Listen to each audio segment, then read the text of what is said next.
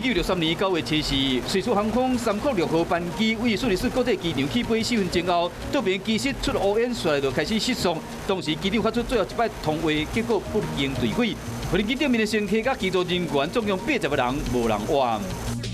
Google 公司成立伫1998年9月7日，由赖利佩吉甲谢尔盖布林伫加州郊区一间车库内面做伙创办的。当时因敢若几台真重的倒上型的电脑，甲一条屏风桌啊、天下式地毯，就是 Google 员工早期的办公环境。今嘛 Google 已经被公认是全世界上界大间的搜索引擎公司，业务包括网际网络的搜寻、大数据、广告技术等等，开发并且提供大量的网际网络的产品甲服务。